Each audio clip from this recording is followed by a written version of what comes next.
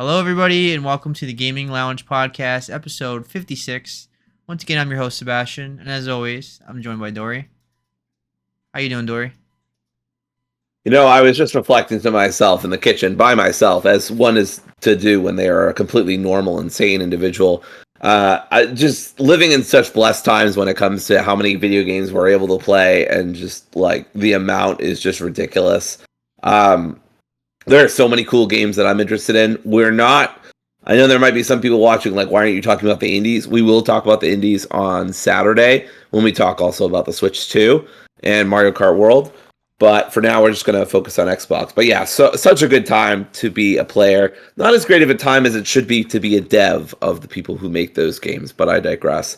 Yeah, really excited. The Xbox Showcase was another home run for Xbox. I don't know how a company that is not doing great, honestly, by a lot of points or places, does so well with their showcase. Like it seems like a tale of two things with Xbox, where it's like in practice their company just is like number 3, right, comfortably behind Nintendo and Sony, but like every showcase they do, it's like I want that game, that game, that game, and that game. So I don't know, but they did another home run. This was another really great one. Probably better than State of Play, although I don't think by a lot. But for me, yeah, probably the best showcase we got, and that's 2 years in a row for Xbox.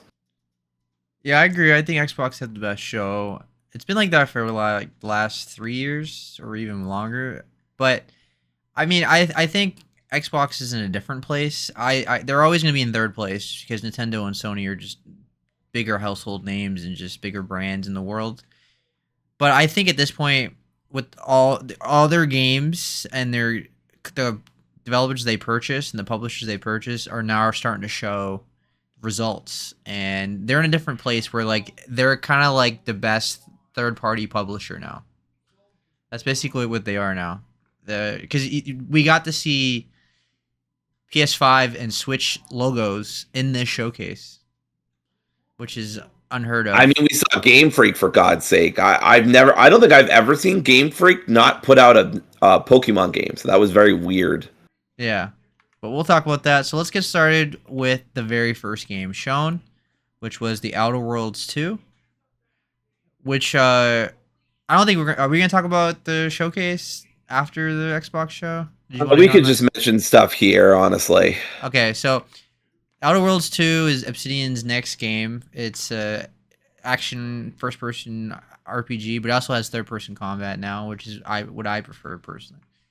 It looks really good. I think it looks like a bigger update, like a much better gameplay than the first game. I think the first game was really good, and I really liked it, but I think the gameplay was the worst part of it. Not that the gameplay was horrendous or anything, but it was decent.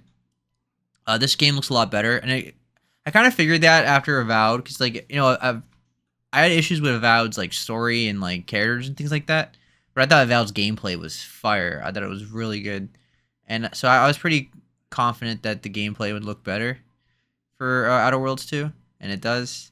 And I really like the visuals. I love the colors. It looks like really fun. Overall, what did you think? Yeah, I mean, I'm a huge supporter of Obsidian, despite some of their missteps, and I've loved pretty much all their games. I thought Avowed, excuse me, I thought Avowed was excellent. I loved Pentiment. Of course, Fallout New Vegas is amazing. I'm pretty much in love with most of what they do. Maybe not as a company with some of their crunch policies, but generally, I love the games they put out. I wish they would have spaced out these games more, though. I think on the surface it sounds cool to come out with 3 games, but in practice it's like, how many games do you need to come out with in a year? Like, I think 1 is plenty. Like, 3 is ridiculous, right? Even 2 is pushing it. But regardless, the trailer looks great. If you did miss the the deeper dive on it. I do recommend checking it out. It was with Ben Schwartz, the voice of Sonic himself, and it was very funny. Of course, he pretended to be this HR ideas guy that was constantly leading Obsidian astray and giving them all of these terrible ideas that they had to put up with. So I thought it was really funny. They had some really funny perks they talked about. One of them I really liked as a 33-year-old was bad knees. So every time you like land or you get up from a crouch, your knees will crack, and it won't do anything. But it will. It won't affect your health or anything. But it will let the enemies know that you're right near. Trying to sneak around. So that's pretty funny. They talked about the other perks that we've already heard about, like the serial killer perk and staring at the sun. And I think they talked about a reloading perk, so that if you like to reload a lot or too often, I think it'll give you a bigger magazine, but it'll punish you when you do reload or something like that. I don't remember the exact wording. They confirmed there are 6 companions. They all have their own backstories like they did in the first game, but this time they're all also from individual factions. So they're not just like random stragglers, which I mean I was fine with in the first game, but that does give them more of a sense of identity and character. Let's see what else. Just a lot of funny comedic skits about the combat and how they're going to improve it. They have grenades this time around, if you didn't already notice. They've done a lot of tweaking to the combat that they're really proud of. I like a lot of the perks. In the first game, the perks and flaw system, it was cool. It was a cool idea, but I never used it because the downsides were always like really big, and it just felt kind of like a quirky like character trait, not something that would really help me in gameplay. There's definitely stuff here that I think I would actually use, but a lot of them are still like that kind of like quirky character trait that's funny and maybe not actually going to help you gameplay wise. I don't know. I'll have to see. There's like 90 of them, I think, or something like that. But this was great. I'm really excited for this. I love what I'm seeing. Looks like this game is going to have a lot to do with Auntie Cleo, who we heard about in the first game. I think the first game is more so about Spacer's Choice, or at least no, it was more about the board of directors or whatever. But yeah, the science weapons look great. The graphics look great. Gameplay's looking awesome. The gameplay was okay in the first one. It's Obsidian. They don't really focus on gameplay generally, although I will say Avowed had amazing gameplay, especially for an Obsidian game. So maybe they carry that forward, but obviously Outer Worlds is a different game. Anyway, I've been talking a lot. I'm very excited. I'm day one on Game Pass, not buying it anywhere else because Seb, how much is Outer Worlds 2 going to be everywhere else? It's going to be $80, unfortunately, which was a huge shock to me and pissed a lot of people off. And it was a big conversation that kind of soured the whole reveal of the game, or the gameplay showcase. I mean, and this is such a mistake, and it feels slimy because it feels like it's Microsoft's way of getting people to subscribe to Game Pass. But it's like, why are you punishing me when I was going to support your game? Just not through subscriptions service. Like, what, I was going to buy your game and give you money if it was like $60, $70, but $80, I'm not supporting this precedent. I mean, you can say, oh, it's only $10 more, but it's the principle of it. It just feels slimy and corporate. I'm not even going to blame Obsidian because this feels like a Microsoft decision, but who knows? But it does feel like more like a Microsoft decision. It feels like they're pushing people to say like, oh, wow, this game's $80. Well, if I get a Game Pass subscription for $15 a month, I don't have to worry about that. And it feels like they're doing that on purpose. And it's just, I can't support that out of principle. Besides, if I just wait a couple months, it will be on sale. It will drop like $20, $30 in price. A lot of people who played Outer Worlds 1 played it when it was like $10 on sale. So there's no reason to get a lot of games day one. You can easily wait for it. So that's just where I'm at. It's just it's not Nintendo, at least, where I know these games will drop in price if I wait, especially on PC. PC is the cheapest option when you already have your setup ready to go. It's the cheapest for games. But like Mario Kart, obviously, it was never, at most Mario Kart would be like $75, $70, $65 in 2 years. While this game will be like $15 on sale on a Steam summer sale. So I'll just wait. But I'm trying to not let that sour my view of the game because I still think it looks good. So that's where I'm at. So just a bad decision. But oh well. Let's move on to Yep. High on Life 2, which was a surprise to me. I didn't think they would make another one. But I actually really liked the first game. I mean, I'm not saying it was amazing. It wasn't some incredible shooter, but it was a lot of fun, and it was one of those turn your brain off, just have fun games. And the humor is very, Rick and Morty, and you have to like that kind of humor. And I know people didn't like the guns because they just talk too much, but they give you the option to lower that or turn it off. So it was not a big deal, but I did like a lot of the meta-ness of the game, where like there was one comment where he was like, when you can jump on a roof, he's like, "Are you speed running right now?" It was just that kind of thing that I appreciate. You can tell gamers were developing it. They didn't really show any gameplay. They just showed just snippet like a CGI trailer of him using the weapons in certain ways. So we didn't see any gameplay, but it looks like it's gonna be fun again. So I'm excited for this. It should turn your brain off, and it's coming to Game Pass day one as well. So, Dory, what'd you think of it? No interest. Oh, I used to love Rick and Morty. I loved the first couple seasons. So nobody can say that I never never enjoyed the show or whatever. But I got tired of the show's sense of humor after a while, and the fan base is incredibly toxic. I know you can say that about a lot of fan bases though, and uh, yeah, I mean, I guess I won't say too much about this, but I am glad Justin Roiland's not involved, for reasons that were pretty obvious on a Google search.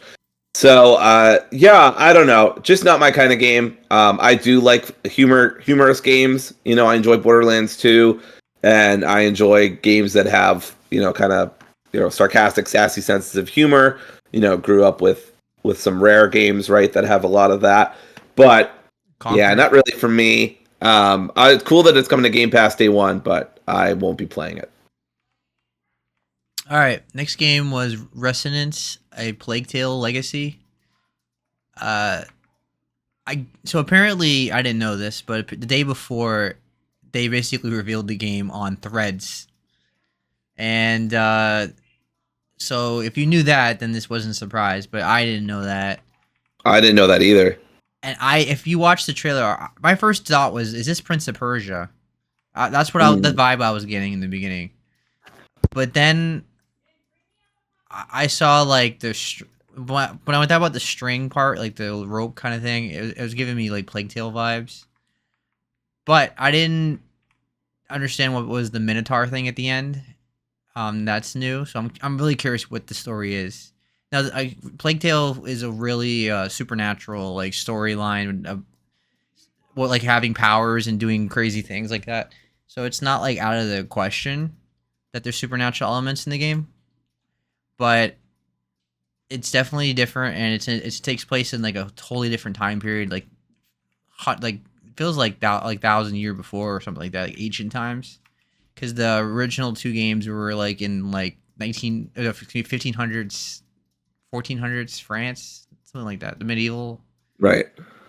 not even medieval. It's right around the Renaissance, right before it.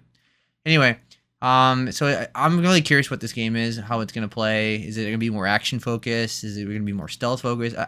They did show her crouching and hiding a little bit in the CGI, so maybe there's still gonna be stealth. But I know some people don't like these games because of the stealth elements. 'Cause it's very stealth focused. It's not really an action series per se. You do fight back at times. You throw rocks at their heads or something, but you have to strategize how you're going to tackle an area. Like you have to constantly move around, plan traps, throw acid on someone's helmet or something like that, and that doesn't appeal to everybody. So I'm just curious how this is going to play. All right, any interest? I'm really excited. Any interest? Yeah. So I have a mixed history with Plague Tale. I really liked the first one. I streamed it actually so many years ago now, and enjoyed it. I don't remember exactly like what score I gave it. I remember I at least thought it was pretty good or great.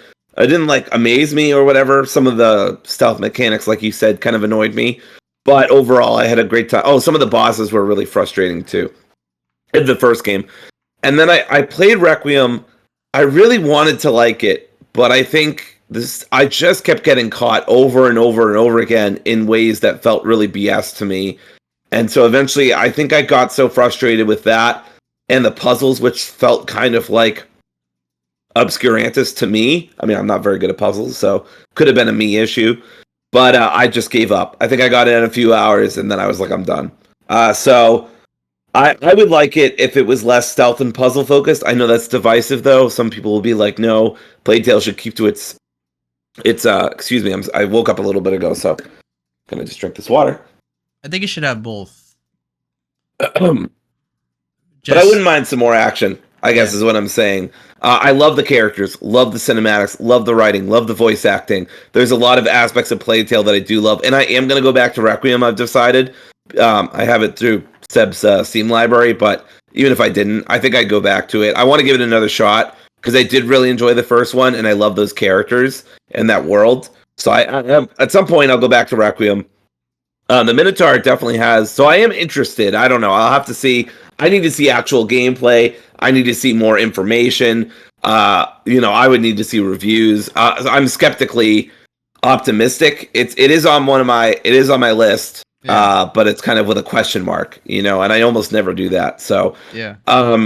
I think the Minotaur is going to be very important. You see in the title Resonance that there's like your typical maze, right? So the Minotaur is going to have something going on here with Resonance. But yeah, it looks cool. I need to see a lot more before I am super committed, but I like what I saw. And I didn't see any rats or anything like that, so I'm not sure how that's going to tie together with. I was looking rats. Too. I didn't see any. And the location seems like a different continent. So I don't even know if it's in Europe or not. So yeah, I'm curious how this is going to tie together, or if it even does. Maybe it's a supernatural element that's happening all over the place, or I don't know. So I am very interested, and I am probably day one. But if you have Game Pass, it's going to be on there day one on Game Pass. All the Plague Tale games are day one on Game Pass. All right, moving on to the Xbox Rogue handheld console, basically. It is the Ally and the Ally X. Let's see, pull up the name. Yeah, it's a Rogue. It's called the Rogue Xbox Ally and the Rogue Xbox Ally X. There's two different versions of it. So the Rogue Xbox Ally X, the stronger one, has AMD Ryzen. It says Z2 Extreme. It has 24 gigabytes of memory and 1 terabyte of storage. And then the base one is the same. Oh no, it's not the same. It's AMD Ryzen Z2A without the Extreme, and it's only 16 gigabytes of memory, and it's only 512 gigabytes of storage, and they're both coming out in holiday of this year, and they showed it an Xbox layout. It's built-in layout of it, so you can play Game Pass on the go, and it looks really cool. And the big thing that stood out to me is how it looks. The handles of it are very different than a Rogue Ally. I have my Rogue. I have a Steam Deck and a Rogue Ally, and so this is the Rogue Ally, right? You see how there's no handles? It's just like it's like a rectangle. This one is like the Xbox one looks like a PlayStation Portal in a way, where like there's a controller handles on the sides of it, so it looks comfortable. Now for me, I don't see the point for me. I think it's really cool. If I was an Xbox person, I would definitely be getting this day one. But since I already have a Rogue Ally and a Steam Deck and a Switch 2, I don't know where this, and I don't even use Game Pass. I buy their games on Steam, so I don't know where it fits for me. But I think it's really cool, and the layout being simple is awesome too. Because I don't like using Windows with Rogue Ally. I think it's just a pain in the ass. even though it helps in some ways on some things. Um, I think this is really cool. What did you think? Yeah, I thought it was really cool as well. I want to note some things that IGN said from their hands-on. So Michael Hyam, who was the Clear Obscure reviewer, shout outs to him, uh, said a lot of stuff. Basically, it doesn't. It looks really heavy, but it's only maybe a little bit heavier than the Steam Deck. He thinks they made it about as light as they could have. The Which is not even that heavy. application, It's perfectly fine to hold. yeah, the application's kind of system is it's basically running on a modified version of Windows. One of the big problems with the Rogue Ally, according to him, was that it's running on Windows, but Windows has a lot of processes and applications that are running in the background that are really weigh that down. This is 100%. a modified version of Windows that cuts out a lot of that. He didn't say all of it, but a lot of it. Yeah. So it'll run a lot faster. It'll be easier to navigate from. Basically, you start it up and it goes immediately to the Xbox app, and it doesn't go anywhere else. Now, this is a really cool thing. Um, you can download Steam and you can download Epic Games and download GOG, and all of it gets imported into your Xbox game library. So you can just launch it natively from the Xbox. So you never need to use another app, and that's pretty cool. I thought that was a really cool addition. Yeah, it's more streamlined and easier. That's the appeal I have for this device is that it's more streamlined. You don't have to jump through a bunch of hurdles to get on the apps or whatever. It's all in one place. So that's the coolest thing to me personally. But again, I for me it's redundant. I just don't see the point of buying this, especially since it's going to be very expensive. I mean, Rogue Yeah. Ally was like when I got mine was like $700. The Rogue Ally X got to be like $800. This thing's going to be like $800. Yeah, that's what Michael said as well from IGN. He said it's probably going to be $800, and I immediately closed out because I was so excited about like how it looked and like certain things about it. And then he's like, "Yeah, it's probably going to run you about 800." I'm like, "Close." Yeah, yeah. I would never pay that for anything. That's just the PC handheld market. If you want that kind of power, that's the money you Yeah. have to spend.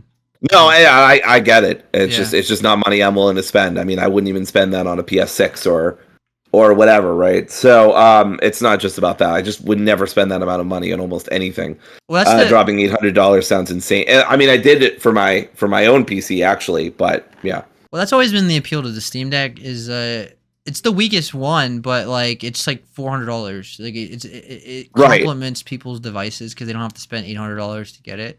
for sure. So that's Yeah, always been the appeal. I mean I have around 20 games on my Xbox Game Pass, but I have hundreds of games on Steam. So Steam Deck would make way more sense for me. I probably wouldn't get this anyway, but I did like the way it looked. I thought it did look very ergonomic. I liked, kind of Sarah Bond's talk about it afterwards. I guess we should also mention that they doubled down on Silksong, right? They mentioned that it's going to be launching alongside the Xbox handheld. Or it's not really an Xbox handheld. It's a Asus or Asus. I like Asus better. That sounds nicer. I've But always said Asus personally. yeah, but the Rogue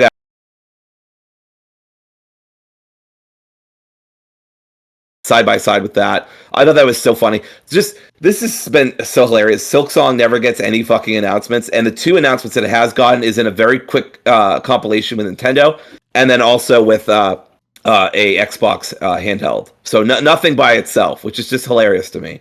But anyway, the Asus's Xbox version is supposed to be coming out in the fall, if I remember correctly, or maybe no, they No, said winter.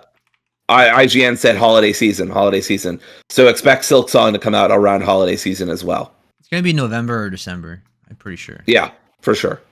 I've seen some people say December, but I'm not sure where they got that information. So, but I think November makes the most sense because it's like right before Christmas and people can go shopping and things like that. But we'll see. All right, so yeah, as Dory mentioned, Silk Song got quickly mentioned that it's coming out the same time as the device. So Silk Song basically has been confirmed to come out at the end of the year, and it'll be on Game Pass. And they advertised it a lot too. It was in the showcase. It was in the when they were showing off the device. They were showing the trailer to it. All right, Then they talked about how there's over 1,000 games on Xbox Play Anywhere, which is a really cool concept. You can play anything, any device, everywhere. Like I think that's where Xbox is completely shifted their focus, and that's why they don't care about being third party, because that's what they become the Xbox Play Anywhere. Everything's an Xbox now. That's their main focus. So I don't think they care about the console sales as much anymore. All right. So let's go back to some games now. The next game they showed by Bandai Namco and Rebel Wolves was The Blood of Dawnwalker, which is a vampire game. We've talked about this before on this podcast, and I said it looked really cool, and it still looks really cool. It gives me massive Witcher vibes more than anything, and I really like the third person combat. It looks a lot of fun. I like the platforming, like jumping on like cross roofs and stuff. There's not that many great vampire games, and I rarely see ones on this level of quality, because this is like a AAA game, and it looks fantastic. I was very impressed by it. What'd you think of Yeah. it? I'm really excited for this. This looks awesome.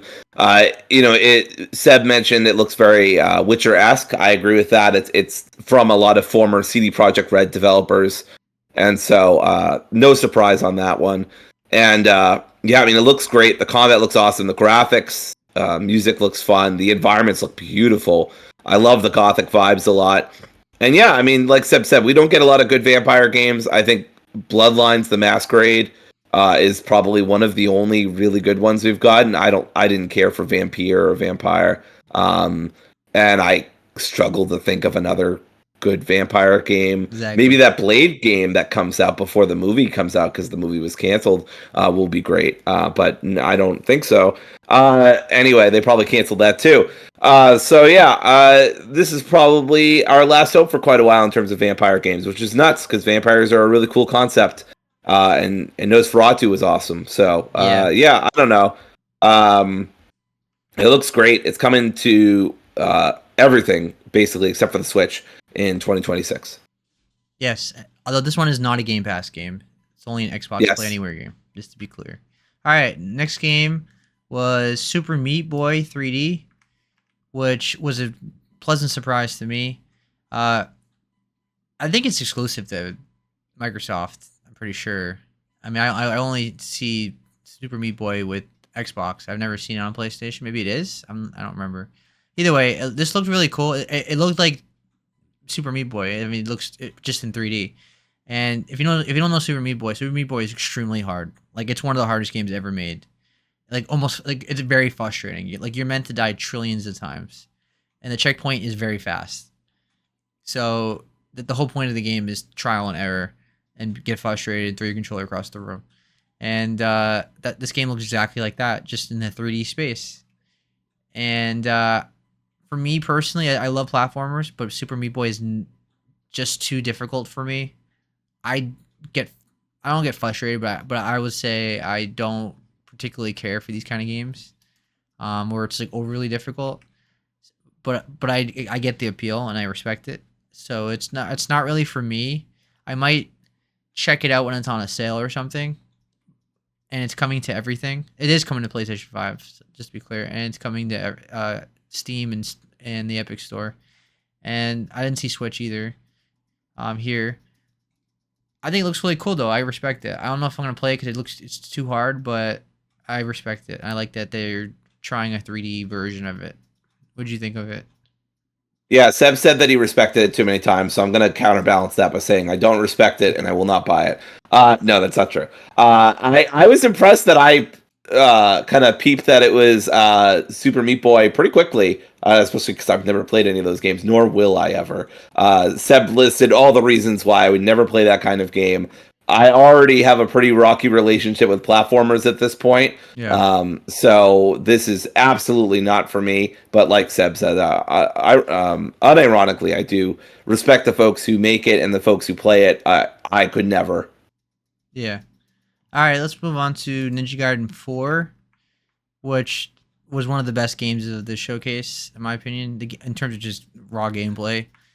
This game is going to be incredible in terms of gameplay. It's gonna be challenging. I can just look at it and tell it's gonna be challenging. And it's Ninja Gaiden. Ninja Gaiden games are really hard. They're not like Souls games, but they are hard. They're just so I know people say they're like, oh, everything's a Souls game. No, it's not a Souls game. It's just a very fast, action paced.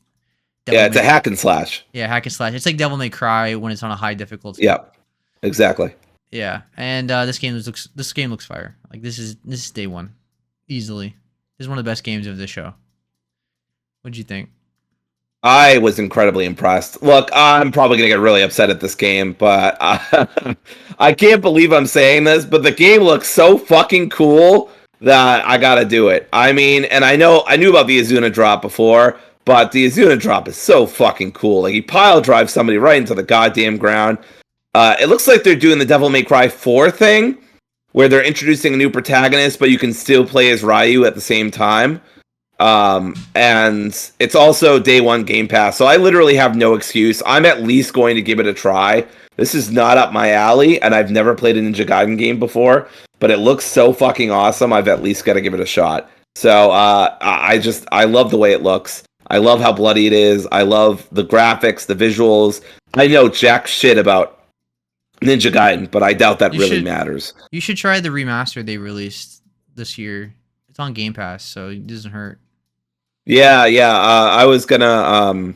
I was thinking about it. Then I saw like mixed review. I guess they've re-released that Ninja Gaiden, that specific Ninja Gaiden, like a few times now, and every time it's like with different features removed or added. It's a confusing mess apparently. Yeah. But yeah, I was tempted to go check it out. But yeah, I didn't grow up playing Ninja Gaiden. I knew about it, but I never played it. So I'm excited to be really upset, and I'll probably give up on it before I finish it, but I at least want to try it because it looks awesome. Yep. I mainly played them on, like in the Xbox days, like the original Xbox days, and then I didn't play it for a long time after that.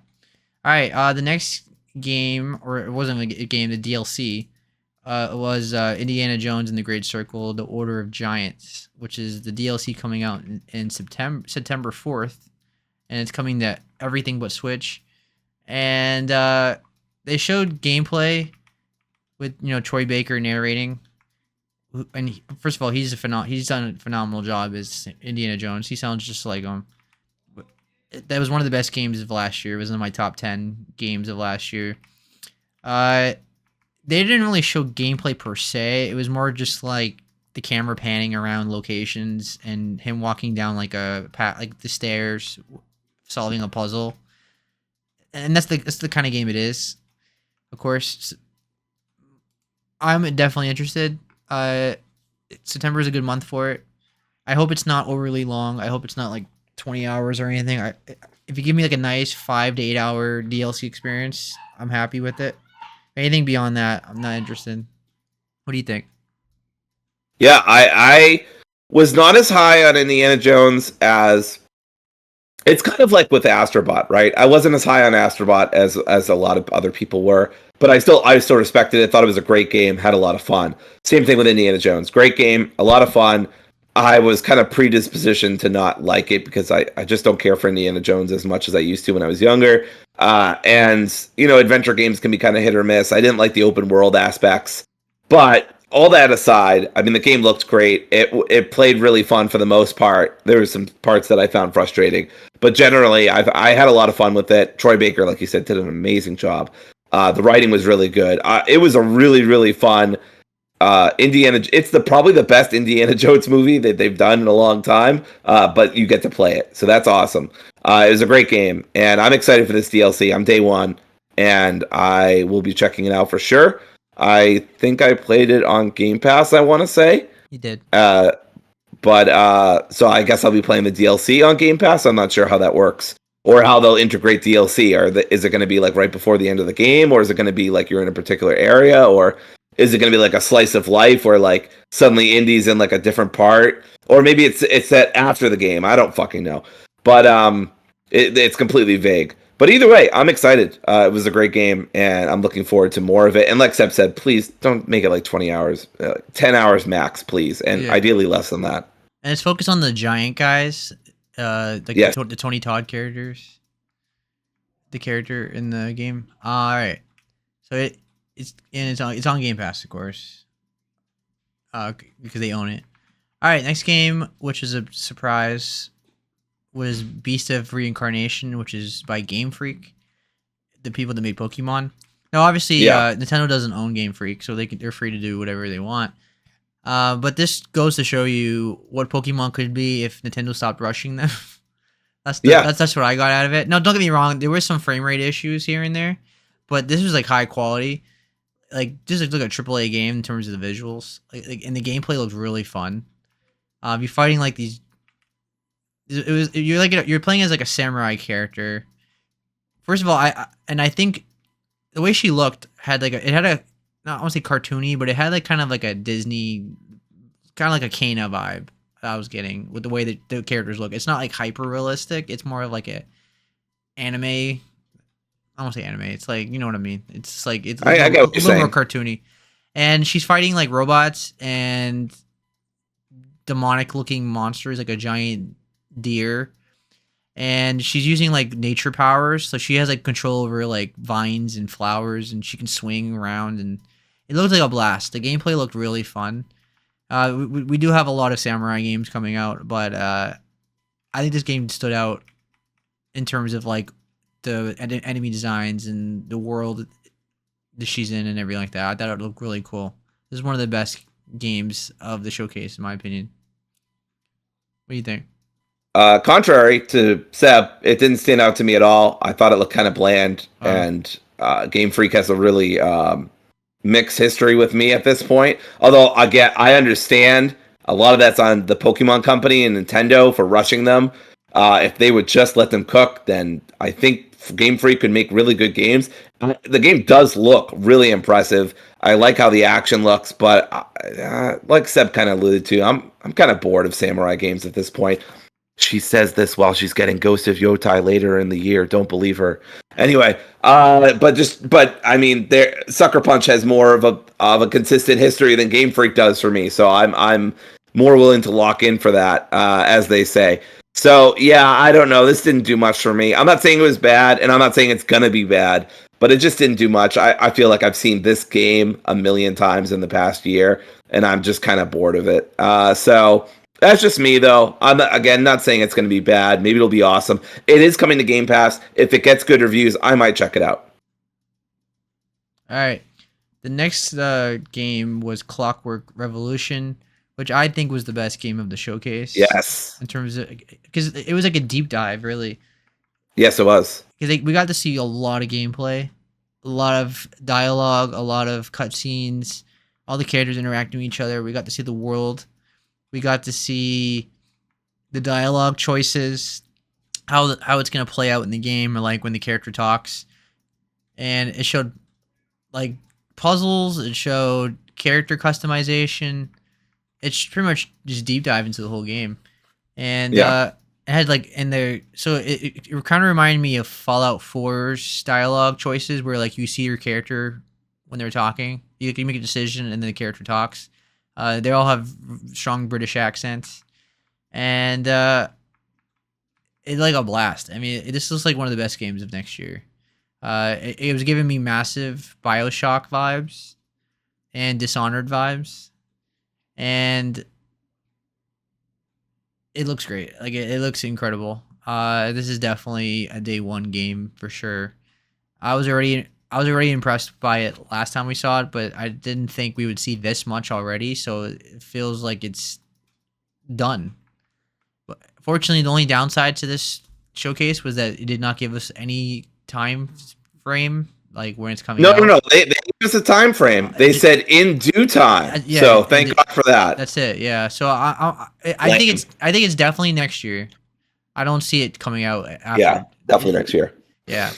If it was coming out this year, I think they would have said it. So I think it's coming out next year. Maybe in the summer or the spring or something. But it depends what's coming out for Xbox, how they're going to schedule their games. But yeah, it looks really great. What do you think? I loved what I saw. This was maybe my favorite game of the showcase, if not for Outer Worlds 2. And it's basically Outer Worlds 2, except in a Clockwork area. Yeah, you can customize your own character. I love the little detail of your character's name is canonically Morgan, but Morgan can be a female name or a male name. So your character can be one or the other and still have the same name. So I thought that was really smart. The little detail, but I liked it. One of the coolest moments of the trailer is when I was screaming about this to Kim. I was like, "What? You can freeze time."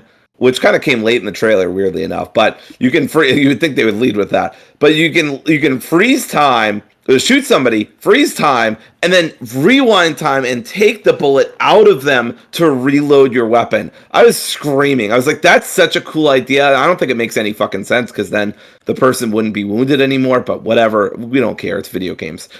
So it looks amazing. The graphics look great. Big Bioshock vibes, big Fallout vibes. I mean, it's a fucking RPG. There's a lot of character customization. You're robbing rich people, I'm pretty sure. So that's awesome. I don't know. The character models look great. The combat looks great. I'm really excited for this. And I don't know. There's not a lot else to say. Like you said, it was like a deep dive. And one other thing I want to highlight is that they emphasize that you can change the future and change the past. You can go back in time and make different decisions.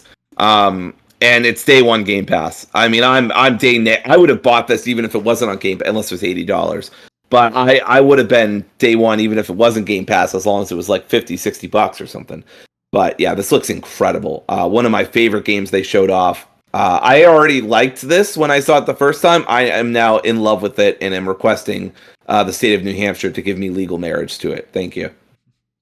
All right, let's move on to Grounded 2, which was a big surprise and Obsidian's third game of the year. And this comes out next month, actually. The early access, though. It's not like the full game. July 29th. Now, the first game didn't appeal to me in the beginning because when I played the early access version, it didn't have a campaign really. It was just like a survival game where you just collect resources. I just didn't see the point. And I got bored.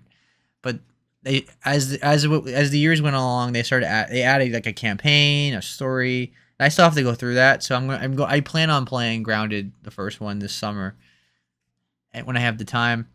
And I'm actually very interested in this game. I think it looks really awesome. I was really into the story. I was into like the combat, and I was into like riding the bugs and the insects to fight other bugs and insects and giant praying mantises and spiders and things like that, and scorpions. It looks like a fun, colorful game, and I think I trust Obsidian to make a good game. It doesn't like blow me away where I think it's gonna be like a game of the year contender, but it just looks like a fun time. I just like the concept just screams like fun, and it's very unique game. There's not many games where you're shrunk into like a grass area and you're traveling in a backyard like Honey I Shrunk the Kids. So it's just really cool. I think it's going to be a fun time. What'd you think? It didn't do much for me. I've never been into Grounded, and it's kind of all I have to say. It looks good. I liked the toy line commercial more than I liked the game. It just doesn't do anything for me. No shade to, of course, again, Obsidian, but doesn't do anything. All right. So the next game was Chronos: The New Dawn, which we Yes. talked about plenty of times. It's very similar to Dead Space, in my opinion, and it looks phenomenal. The visuals look incredible, and the gameplay looks really fun. Third-person shooter. It plays like Dead Space. You stomp on the enemies when you kill them. Right. It does have a unique character design, though. You know, horror sure. like these great horror games always have to have like their own look to it, and they clearly went for a design choice with a globe, like a helmet with like a mouth in the middle. But this is by Bloober Team, who seems to be having a comeback, or at least a renaissance of them for them, where they found their stride after the Silent Hill 2 remake, and this game looks like it's gonna be a high quality game that's gonna be one of the best horror games of the year. I've most of the games I beat this year have been horror games, so I'm kind of on I just beat Dead Space remake last week. So again, last week. So I'm that makes me even more excited for this game. And we didn't get a release date. All we got was fall 2025. So I'm going to guess October. That makes the most sense to me. But it could be November too. But safe bet is October. I think. What do you think of the game? Yeah, I would think that October is going to happen. Um, I mean, it's spooky month. It makes the most sense. You could do late September, but I would do personally October. God forbid we don't get an amazing video game in October. So I mean, it looks good. What else can we say that we haven't already said? I'm day one. It's not on Game Pass, unfortunately, but that's okay. I will still get it. Yeah. All right. We'll skip Elder Scrolls Online because neither of us play that. Nope. And I do have it on Steam. And I played it a little bit. It just doesn't appeal to me. You know, I love Elder Scrolls. Filion was the next game shown by Don't Nod. It was like a space. It was like you're exploring a snowy planet. Everyone's doing space these days. I mean, Yeah. Naughty Dog, Don't Nod, a Bloober. Everybody's obsessed with space. What the fuck? Yeah, I mean it's always been a popular genre in video games, but especially the last couple years. It looked like up my alley. It was like there was like platforming. It was narrative focused. It seems like it's gonna be linear, so it's mostly just like the kind of game where you're exploring a ship and then things happen around you and you're climbing on ladders and things are falling down around you and it just seems like it's gonna be like a 8-hour experience. That's the vibe I was getting. I don't get open world explore the planet vibes from this. This feels like a very linear narrative game, and it's Don't Nod, so that's what that's what they do. And then they show her friend at the end that she's looking for, or I think that's her friend, seeing an alien or something, some force that makes a loud noise, and then it ends like that.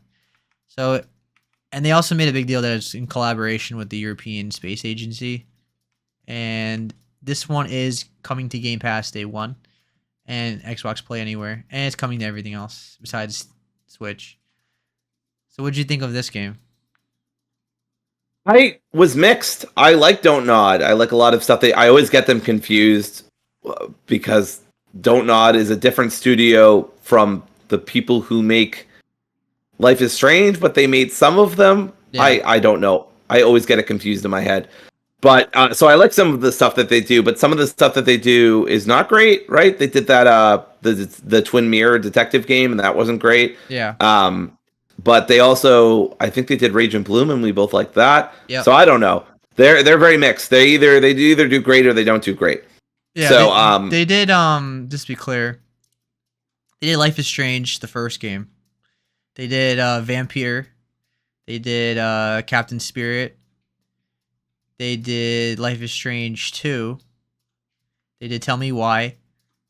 Twin Mirror. I love Tell Me Why. They did Jusant. And they did Banishers. Sounds okay.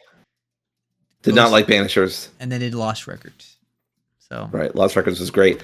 So it's a fucking roller coaster. I don't know. The last game they did was great, so this game's probably just gonna be okay. Look, this game wasn't really for me. I'm not super into platformer games, but it did look good. I don't know. I need to see more. It's Don't Nod, but it's also a platformer. It's in space, and I feel like I've seen space way too much from video games lately. Yeah. I don't know. I need to see more, and I've already said that, so I'm just going to stop talking. But yeah, it looks cool, but I didn't have it on my list. Yeah. For me, since I don't have Game Pass, it feels like a game where I wait for a sale. It doesn't strike me as I have to get this day one kind of game, which is totally fine. So it seems like a nice like $15, $20 game or something when it's on sale, but we'll see. All right, the next game was There Are No Ghosts at the Grand, which was Vibes the game. But like what I got from this game was it's like Power Wash Simulator, but it has a story to it. And that's what I thought at first. You have like a companion who talks to you, and like a cartoon character, and he's Irish, I think. And I think he's actually Scottish. Or Scottish. I only got to hear it for like 5 seconds, but yeah, no, I know. And then, but then all of a sudden, there's like a different dimension, and then there's like monsters. So and like giant tentacles and shadowy monsters and a talking cat who had a cool voice. I Uh, have no idea what to make of this fucking game. yeah. Apparently, according to the devs, in this spooky, cozy musical mystery, you'll become the reluctant heir to a dilapidated hotel that was once renowned for its charm and hospitality. Hospitality. As you go room to room solving restoration puzzles. Wow, okay, not for me. You'll also end up uncovering some surreal supernatural secrets of the hotel's past. Welcome to the Grand. So I will say I didn't like the art style. It's too glossy or It's I very don't know, simmy to me. that's the thing. That's the one thing with Xbox. I feel like a lot of their games look like that. Like they have that same like look to it with the glossy. You know what I'm talking about? I don't know how to explain it. It's just a lot of their character Totally get what models. you're saying. A lot of their Yeah, character models are like glossy looking. They're very like plastic. It's like their art style. I'm not even sure I'm not even sure this is a first party game, but it's just the vibe I was getting. But it looks like to me, I like the concept of cleaning up the town and like decorating it. It's like a power wash simulator, but it has a story to it. That's what I got out of it. It's like vibes the game. Hopefully we get to listen to more reggae when we're doing it. We'll see. I'll keep an eye out on it. It's on Game Pass day one, so you can always try it. It doesn't hurt to try it. All right, and the cat was really cool. All right, let's move on. Age of Mythology. We can skip that because I don't think any of us play that. nope. So let's talk about Mudang Two Hearts, which is a Korean video game. You know, Korea is starting to get in the gaming sphere too. And this game looked absolutely incredible. This is one of the best games of the showcase. It was like a third-person shooter, but it reminded me a lot of Splinter Cell and Metal Gear Solid. A lot of Yeah, stealth and climbing on poles and I that kind of thing. honestly like half expected when they revealed the character for it to be like I don't know Sam Fisher's long lost Korean brother or some shit like that. I was Yeah. like, what is happening here? Is this Splinter Cell? But there's a lot more action than Splinter Cell. Like this game is very action focused too. Like there was a lot of like the editing of this trailer was like nonstop action. Like there's a clip every like second of people fighting and stabbing each other and shooting and that kind of thing. But it also had like horror elements where like there were like people with rage and running at you like 28 days later. So there was a lot going on in this trailer. If the vagueness felt a bit Kojima ish, especially at the end. Remember the ending of like the trailer of Death Stranding when they showed Mads Mikkelsen in an army gear. Who could forget the first trailer they saw of Death Stranding? Yeah, remember like when they showed Mads Mikkelsen in an army gear and he has like creepy look to it. He's like shushing you and stuff. Like that's the vibe I was getting, especially at the end where they shot the trailer. So this is probably day one for me. Like it looked really awesome. It's not coming to Game Pass. It is, but it's coming to everything besides Switch. So this was a badass trailer. This is a day one. Assuming it's as good as it looks. So would anything else? I liked it a lot. It looked really cool. It's on my list of games that I was interested in. I grew up. I played a little bit of Splinter Cell, and I remember enjoying it.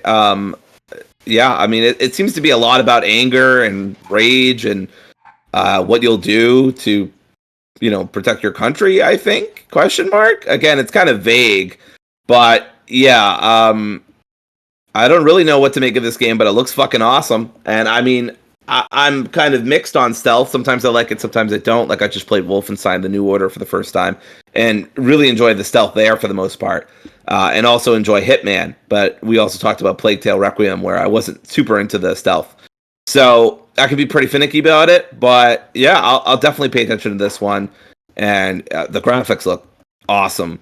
So just in general, I was pretty impressed by it. And it's not Game Pass day one, unfortunately, but I'll be looking out for reviews. Yeah, 100%. So then let's move on to the next game, which is Planet of Lana 2: Children of the Leaf, which is a sequel to Planet of Lana. I haven't played this one yet, but I've heard mixed things. I've seen people say they really like it, and I've seen people say they found it really boring. So I'm not sure. I have to try it for myself, but I love everything what I'm seeing. Like I love like side scroller platformers. I've said that a lot. And I really like the visuals, and the characters seem like they're very likable, and the world's very interesting. And this game looks like a step up from the first game, but I'm not sure. So, what do you think of it? Yeah, unfortunately, I'm one of those people who kind of thought the first one was boring, and I didn't. I also like narrative focused side scrolling games every now and then, but it just moves so slow, and I just felt like nothing was really being said about anything. So I don't know. I looked on Steam to see if I could tell how long I played it for, but I couldn't find that information, unfortunately. But yeah, I mean, it's a beautiful game. Don't get me wrong, but I didn't care for it personally. So the sequel does really nothing for me, unfortunately. I think I played it on Game Pass, and I don't remember for how long I played it. I think maybe about an hour. Yeah, But and I don't know. Again, a beautiful game, but it just kind of bored me to tears. Is what's coming to my mind. gotcha. All right, let's move on to Fallout 76, Gone Fish Vision. Uh, I mean, I don't play Fallout 76, so this does nothing for me. But the trailer was typical Fallout charm with a fake commercial. So that's the only thing I liked about it. But otherwise, it was like whatever. I was a little disappointed we didn't get anything about Fallout in this showcase. Really, like no Yeah. Fallout the remaster. I mean, I don't think like that was more me just hoping. No, I didn't think there was no substance to that. But I would just hope something Fallout related would be in here. That's the only thing, and all we got was fishing. So just not for me. All right. The next game they showed was Solo Leveling: Arise Overdrive.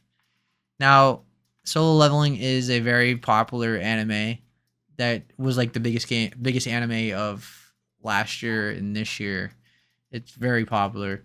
And it is really in terms of animation and combat, like the game, like the not the gameplay because it's the game. I mean, like in terms of the animation of the fighting and everything is like peak. It's Bro, like the gameplay of this anime is amazing. yeah, the fighting in that anime is peak. It's like one of the most best fights I've ever seen in anime. It's really the pacing of the show is so good. Like if you look at the story, it's not the greatest story ever, but it's the pacing is so good that like you're always enthralled with every episode, and when it ends, you're like, no, come back. Everybody hates the ending of the show because with the ending of the show, like animes have endings with music and stuff. People hate it because it just reminds them that the episode was over. It's like no, because they always had I swear to God, every episode had a cliffhanger, and it was like, and you're like dying to know what's gonna happen next, and then it ends on it shows the ending of the anime, and people are like, they start hating the song. A lot of people were pissed because thank you because the this game won anime of the year from Crunchyroll, even though This fucking game, Free Run and Dandadan it happened. I yeah, kind of also thought that was a bit weird, but either way, not for me. It's a 4-player co-op. I don't generally go for that. yeah, But regardless, happy for the fans. yeah. I mean, the show itself is already like a video game because he's the only person that has the ability to. He's basically a main character RPG character where like he's the only person in the world who can get stronger than everybody else is stuck at a certain level. Like there's ranks, like kind of like how like One Punch Man, where everybody has a rank. He starts off as E rank, like he's like a little weak guy, but he has his power to like gain experience from doing quests and gearing up and things like that, and he eventually becomes like OP. It's like One Punch Man where he's like he gets very OP, and the fun of it is him just like rescuing people and like people expect him to be as good as strong as he is, and then he shows up and kicks ass. So it's such a great show. I recommend it, and the game looks like a lot of fun. I need to see actual gameplay in terms of like someone playing it, not like a snippet of a quick trailer. But we'll see. But I absolutely love its peak. All right, moving on to Animo, which was another. I don't want to say Pokemon ripoff, but it was Pal World, another Pal World. That's the vibe I was getting from it. But like cutesy, it's not like you're not shooting the enemies. Like it's just exploring a colorful world, and you do fight a little bit though as the main character. You actually put your body. You're like your body goes into like the animal, and you fight as the animal, and you like boss battles. So it's like Pokemon if the trainer like goes into or combines with the Pokemon, and it looks really cool. But I don't think it's for me, and it's not coming to Game Pass. Just to be clear. So, what'd you think of Animo? I unironically thought this was Power World 2. Like, I was joking with you when I said that. Like, Power World 2, we don't care that we got sued. But, Yeah. like, I genuinely thought this was Power World. And I'm actually kind of stunned going back looking that it's not Power World. It's a completely different IP. So that's how that's what I think about it. Isn't So, it isn't it wild that we got a copy of a copy? Like it unbelievable. Digimon's rolling in its grave. I hear what you're saying. not that like Pokemon owns like animal collecting. I mean, if you ask Nintendo, they sure as fuck think they do. Yeah. But it's just hard not to compare it because Pokemon's like the biggest media franchise on the No, planet. for sure, for sure. And it's not and Digimon stands up because Digimon they go from like little ball things to like full Gundams. You know what I mean? Like Yes. but like Pokemon obviously they stay like they get bigger but they stay mostly like animals. So that's why there's always a comparison to Pokemon, not Digimon. All right, let's move on to Tony Hawk's Pro Skater 3 and 4. And the main thing was it was just a reminder that's coming out next month, the modes and stuff like that. But the big thing was they showed Mikey from TMNT, and there was a reminder that Doomslayer's in the game as well, riding on a chainsaw. And it comes out July 11th, and it's coming to Game Pass. And and this one comes at every single console, including the Switch 2. This is the only I think it's the only game I saw that had the Switch 2 logo. It looks amazing. I know I know about the people are disappointed because the campaigns like not as good as like they changed it, but I don't know if they fixed that. I haven't been following the news, but for me it looks Not to my knowledge. to me it looks good. So Yeah, I played a little bit of the demo. I literally played the Foundry once, and I played College once because I mean it's fucking Tony Hawk, and Yeah. I discovered breaking news. It's Tony Hawk. I mean, it's exactly what you think it is. It plays pretty much like the other remake, and it looks great. I liked what I heard from the soundtrack. Fucking Tony Hawk. I was really excited about Mikey. I'm gonna play the shit out of Mikey as long as I can actually play him. You can't play as the Doom guy unless you have the collector's edition or some bullshit because it's Activision. That's lame. Yeah, that's lame. So I wasn't happy about that. But otherwise, yeah, I just played as the T-Man himself, Tony, and he does not call himself that, by the way. I just completely ad-libbed that. Yeah. And but yeah, I mean, it was fun. It was just, I mean, I wasn't very good at it, but I pulled off a couple tricks in 4 minutes, and I was happy with myself. So I will be picking up day one on Game Pass. I fucking popped for Mikey showing up. That was awesome. Absolutely. So I will definitely get it in July. Feels like a great summer game. All right, next game was from the creators of Spirit Fair, which is At Fate's End. This game was a pleasant surprise. First of all, the best part of the game for me was the animation. Looks really great. I love the colors. Yes.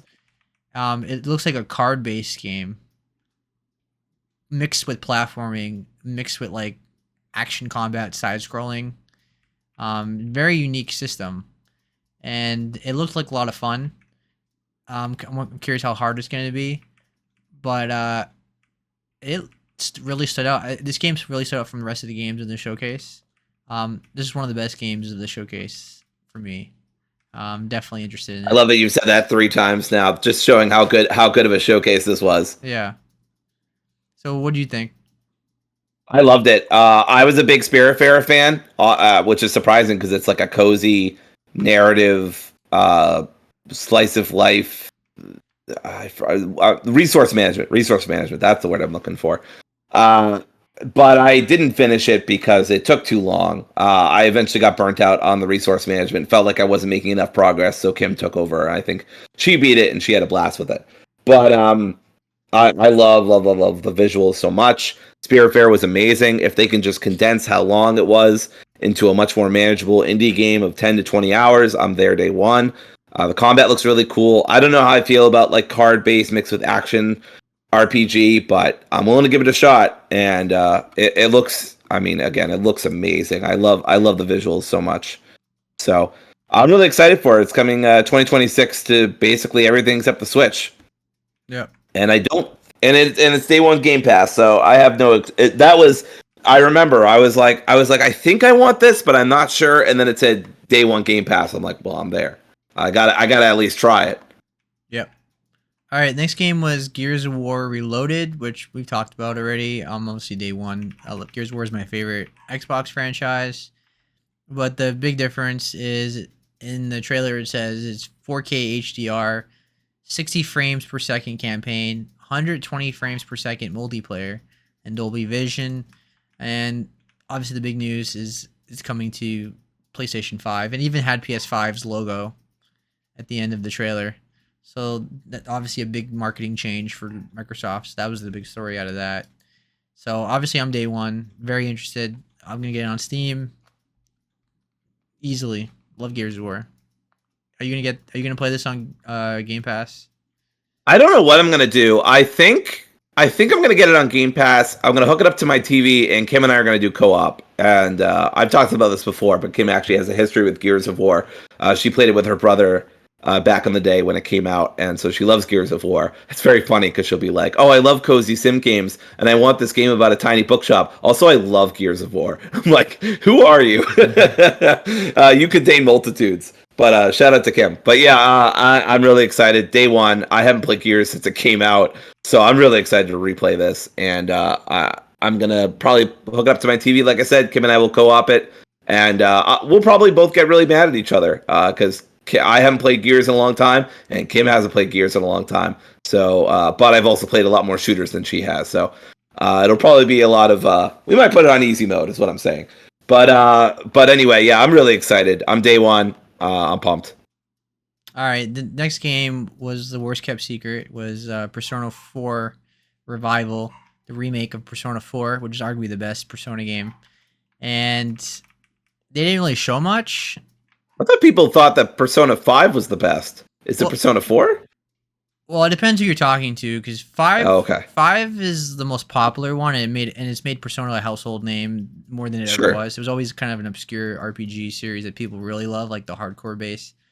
But 4, a lot of people say 4 is the best one, but it's subjective, Okay. of course. Sure, of course. 5 is like this. 5 is the most popular one. It's like the one everybody knows. Everybody knows Joker and that kind of thing. But 4, Sure. people say is the best. Either way, I'm excited for it. They remade 3. And so 4 is the natural next one to remake. And obviously, people are still waiting for Persona 6. It's been 9 years since Persona 5.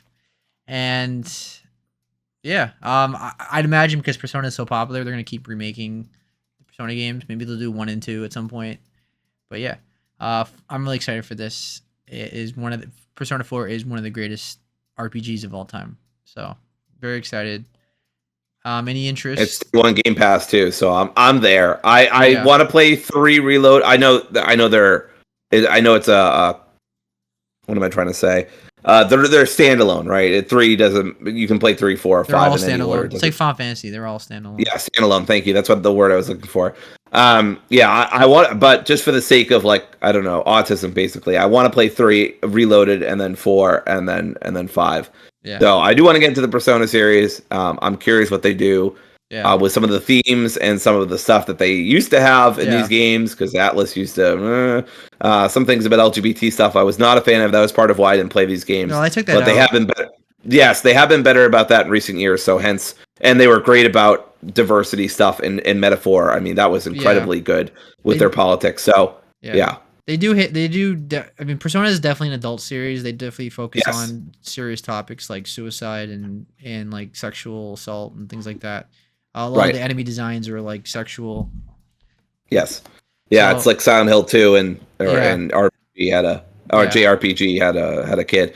But yeah, I'm day one, or at least I will be playing it once I get through P3. But that might be a while from now. I don't have it in my immediate plans. Persona games are notoriously long, Yeah. generally speaking, right? Yeah. So when I wade into that deep ocean, I will be taking my time. So I'm not in any hurry to get to the Persona series, but I will be doing it at some point. And they're all on Game Pass, or they were. Microsoft has a good partnership with Sega. Right. But I own them all on Steam. So Yes. all right. Moving on. Sea of Thieves, Smuggler's Tide. We don't play Sea of Thieves, so we can skip that. Nope. Invincible Verse. I'm mixed about this game. I think the animation. I mean, it's Skybound, who's done Telltale, like Walking Dead game. That's I was getting Telltale animation vibes. I was not crazy about the animation here. I was kind of disappointed it was a fighting game, but it doesn't surprise me. It looks decent. Doesn't blow me away, but I don't have really much to say about it. It looks like every 2D fighting game, but it has a lot more blood, like Mortal Kombat kind of. It's invincible, of course. A lot of blood. And yeah, I'm kind of on it. I'm not really blown away by it. The Marvel game we talked about last episode blows this one away. I think that's gonna be more popular, obviously, for a lot of reasons. Um, I kind of wish this was like more of an action game, not a fighting game, but that's just me. What do you think? Yeah, I mean, heads up. The pretty much the rest of the show, except for with one exception, I don't have a lot to say. And this is the beginning of that, where the show kind of dipped for Yeah. me, and nothing really grabbed me, and was at best cool, and was at worst Well, this is kind of where great. the show like just started whimpering, and this is the end, really. Which is weird because it's the end of the show. You'd think that they would save the best stuff for last, but as we'll talk about in a little Yeah. bit, boy, this show did not save the best for last, This in is my opinion. this is why this show wasn't as good as the last couple years, even though it was still a good show. Yeah. Is because the ending just ended on a whimper, and a lot of the final games just did nothing for me. I mean, don't get me wrong. Final Fantasy VII Remake Intergrade and Final Fantasy 16, I love both those games, but like I played them on PlayStation 5 and Steam at this point, so the Xbox version of them does nothing for me. So I was like, oh, that's cool. I predicted it that was gonna happen, but otherwise, it does nothing for me. And also, Xbox fans better support these games because they've been clamoring for them for years. So it'd be a really bad look if you don't even bother to buy them after clamoring for them. Although I don't understand why if you have other consoles, I don't understand why you just don't buy them on the console it's on, unless you really care about getting achievements, I guess, in your profile. But anyway, Final Fantasy 7 is coming out this winter to Xbox, and Final Fantasy 16 came out the same day as the reveal, so it's out now on Xbox. All right, next game was Keeper, which is from Double Fine. So I predicted that Double Fine's gonna show their new game, and they did. And Keeper looks like what you expect from Double Fine. Unique art style, quirky gameplay, interesting world, very just very colorful, always kind of very cartoony. This game was more focused on like a tower that walks around, but I was still getting that like Psychonauts vibe from it. That's just their style. They have like this very, I don't want to say Tim Burton, but it's very like they're Psychonaut, like it's basically how Psychonauts looks. They always have that kind of art style in other games, and they didn't show a lot, but it it looks solid. I mean, the tower playing as a walking lighthouse is interesting, I guess, but it didn't like blow me away or anything. So I just need to see more. That's where I'm at with this game. All right. I'll play it So, because it's Double Fine. I actually have a mixed history with Double Fine. I loved Grim Fandango, although I did have to look up some solutions to puzzles. Yeah. And I liked a lot of Psychonauts, but unfortunately at the time, I don't think I had a controller, and I definitely didn't have a mouse. And so I was trying to play it on Steam, and one of the boss fights, it was so difficult with a trackpad and keyboard, I just gave up. And then I think I lost my progress somehow, and I lost like 5 hours of progress. So I'm like, I'm never going back. But I liked what I played. I enjoyed it, and I never played Psychonauts 2. So kind of a weird thing, but I love the way this looks.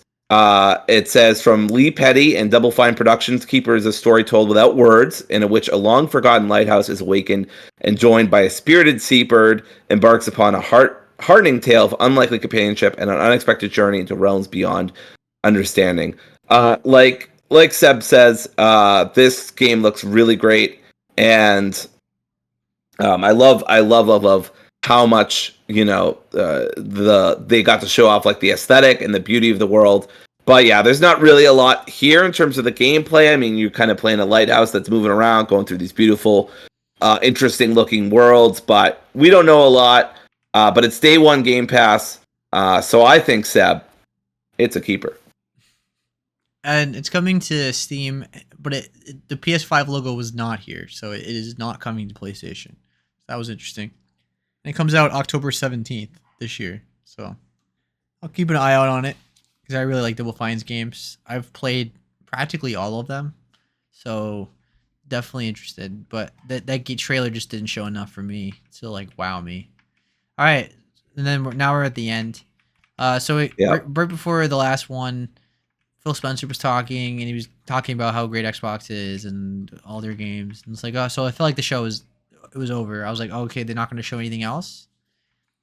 And then they showed something else. So, let me talk about this, Seb. Yeah. This was such a fucking cool trailer for the first like 30, 45 seconds. You got this guy, I think he's an actor or something. He's walking in, I didn't recognize him, and he like touches a butterfly. You were muted when you said that. Big actor. Big actor, yeah, big actor. And that's his name, B.A., initials B.A. But he comes in and he's talking to this robot and he's talking to this lady who maybe is another actor, I don't know, or actress. And he touches this butterfly in a window and then it shatters. And I'm like, what the fuck is this game? Like, this game looks awesome. Like, it looks so cool. And then, like, it starts getting really dark and, like, we get all these red TVs and stuff like that. And then all of a sudden the perspective changes and it's Call of Duty Black Ops 7. Why? Why would you waste this on Black Ops? What the fuck? Who cares? Oh my god, I feel like the Splitgate 2 guy with less Trump references. What the fuck, man? I don't care. Why the hell would you waste this? Why wouldn't you just... I wouldn't have minded if they had just done it a normal Black Ops trailer, and I wouldn't have been nearly as pissed. I would have been like, ugh, like whatever. But to waste it on such a cool trailer and then just be like, ha, it's Black Ops or it's Call of Duty in general. I don't care what it is. I didn't even get the nostalgia stuff. I'm just like, what a fucking waste of my time. I was really excited. I thought this looked really cool. Look, if you still like Call of Duty, be with God, God bless you or whatever. But like, I don't give a shit. I don't care. I'm not trying to be edgy. I'm not trying to be cool. I'm not making a game and saying it's better than Call of Duty. So whatever. But like, I just don't give a shit about this. And this was a really disappointing. This was a wet fart of a finish for me. I just did not care. Yeah. I didn't ask. L ratio, etc., whatever the kids are saying these days. This was such a waste of my time. Yeah. They got a big actor in the advertisement because he's like on the cover, but other than that, like I played every Call of Duty campaign, so I will play this campaign at some point. It's just a horrible way to end the show because as much as I enjoy Call of Duty campaigns, and I gotta say the campaign for the last Call of Duty was actually really good. It was very impressive. Like, it was high quality. And then I just don't play the multiplayer that much. I just fall off it. But even with that said, I don't understand closing the show with Call of Duty when Call of Duty is going to come out. It's an annual series. So like, why would you close this like a big reveal? Like, is it like this was never coming out? Like, there's like a shock. Like everybody knows Call of Duty's coming out. You could open the show with this rather than ending it. Right. I think that would have been better. I mean, you wouldn't. I don't know what you would have done before. I guess the guy's name is Milo Ventimiglia. Yeah, Ventimiglia. yeah, very Uh, great acting. yeah, he. Nothing against this guy. I guess he was in. His breakthrough role was Gilmore Girls, so good for him. I think I've actually seen him when Kim was watching Gilmore He Girls. the biggest show. When I think of him, I think of Heroes, and Oh yeah, yeah, I think of This Is Us, which is a very sure. sad, dramatic show, Uh, and Rocky. Apparently, if for anybody who does care, it's set more than 40 years after the events of Black Ops 6, so everything you did in Black Ops 6 doesn't matter. Or maybe it matters a bunch, I don't know. That was in the It's 90s. 2030. So yeah, The year is 2035. World is on the brink of chaos, of course it is. Ravaged by violent conflict and psychological warfare following the events of 2 and 6. David Mason and his team must fight back against a manipulative enemy who weaponizes fear above all. So they're fighting Scarecrow. They're fighting Scarecrow is what's happening. this is just 2025. Just This replace. is just 2025. Just put the Tesla logo on the robots. And Yeah. it's 2025. Have the enemy be going through like this massive breakup with like their boyfriend Yeah. and like be like posting shit all over social media and I don't know, like detaining people in Los Angeles. Anyway, not to get too political, whoops. But anyways, yeah, that was it. What a dumb ending. And I don't know. I just both PlayStation. I think PlayStation had a better like ending for me, but just because it was Arc, it looked cool. I like Marvel. Obviously, I really appreciate Japanese culture. Being a huge anime fan and watching videos and whatever, big otaku. But I say that ironically. But yeah, I mean, I appreciated like that more than this. I just don't give a shit about COD. And like you said, they could have had this at the beginning of the game. And honestly, they could have finished with In Exile, and I would have thought a lot better of the showcase. I still thought it was really great. I wanted nearly half of the games. Yeah. Like I have Outer Worlds 2, Plague Tale ? Dawn Walker, Ninja Gaiden, the indie DLC, Clockwork, Chronos, Mudang, Tony Hawk, At Fate's End, Gears, P4 Revival, and Keeper. That's 12 out of 28 games. That's an incredible ratio for me. I almost never get into double digits for a given showcase. So it was an awesome showcase, but just what a lame way to end it. Yeah, I think it was a horrible way to end the show. It was just weird decision. I would have ended with if I had to pick out of these games, I would have ended the show with Clockwork Revolution. It just feels like because it was such a great showcase of it. But this show was really good. It was great. Most of the games I'm going to buy. It's just It's just that it was lacking the first party. Like they put all their first party into the show last year, so there was a glaring lack of Fable or State of Decay 3 or like Gears Gears of War E-Day in the showcase. A lot of it was third party. Although third party that's coming to Game Pass. So, I mean, it was a great show overall. So even though the ending was bad, I think the show was great overall. I think it was better than the State of Play, but the State of Play was great too. So, or at least it was one of the best State of Plays in a long time. And I was very happy overall this week because this is our last.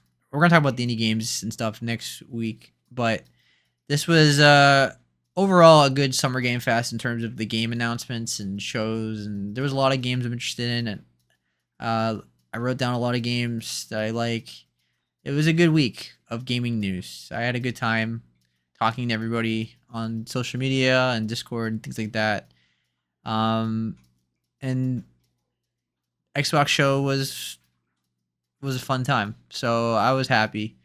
And now I need a break from gaming news. No more games. No more release dates. I mean, no more like showcases and trailers. And take a break. There's too many games coming out now, so just take a break. 2026 is going to be one of those legendary years again. It's going to be like, what was the last legendary year we had? 2023? I feel like that was we were like it was a new big game every week. I think 2026 is going to be that year again. It's just insane. So yeah, I'm very happy overall. Any closing thoughts on Summer Game Fest before we move on? Yeah, I mean, I like I said, we're living in such a like great time to be a gamer. I mean, if you look at all the games we got and your takeaway from all of it is that, oh my god, another Call of Duty game. You're just missing out on so much. I have so many games from the indie showcases that we'll talk about uh next weekend. I'm not sure exactly how many it is, but it's a lot, especially from the Future Games Showcase and the Latin American Showcase. And there's also there's a Black Creators in Gaming showcase today too. So just a lot of great stuff going on. Make sure you check out those indie games. There's a lot. I watched the women-led games, the Latin American, the Southeast Asian Future Games, and I even looked at a compilation of the PC gaming show because it goes on way too long. But there's also wholesome games, green games, frosty games. There's so many showcases and there's a lot of great indies. So go check those out. We'll talk about them next weekend. As far as the major players, though, the Summer Games Fest, Xbox and PlayStation, I think Xbox definitely had the best one. Thought it was really great. And Sony had a great showcase. The Summer Game Fest was okay. And had an amazing finish. So just kind of like a weird kind of balance there. You can't have both apparently, but yeah, some really great stuff and lots of games I want to play. And I just took some games off my Steam wish list, and I've already piled back on way more.